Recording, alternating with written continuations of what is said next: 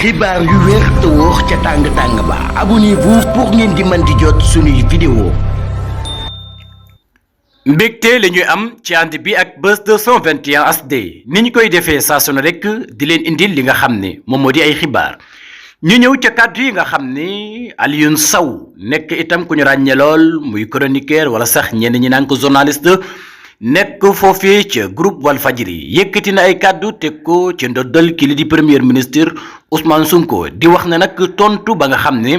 tontu na ko kile di Emmanuel Macron nekkul loo xam ne dëgg la mu di wax ja nga xam ne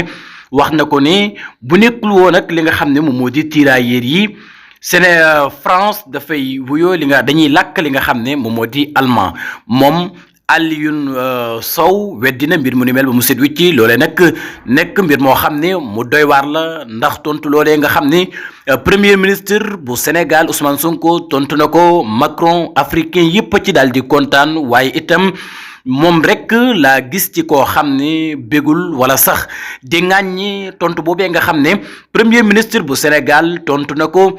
kile di Macron ginnaaw kàddu ñaaw yi mu teg ci li nga xam ne moom moo di africain yi di wax ne ñoom ñooñee daal ay baadoolo la ay baadoola lan moom Alioune Sow mu mel ne d'accordul tontu boobee nga xam ne premier ministre tontu na ko ka waroon a tontu kay mooy ki nga xam ne moom moo di son excellence Bassirou Diomaye Diakhar Faye lii di wane nag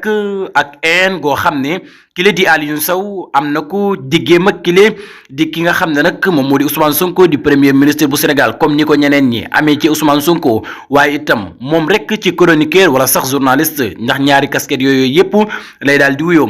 moom daal moom laa ci gis koo xam ne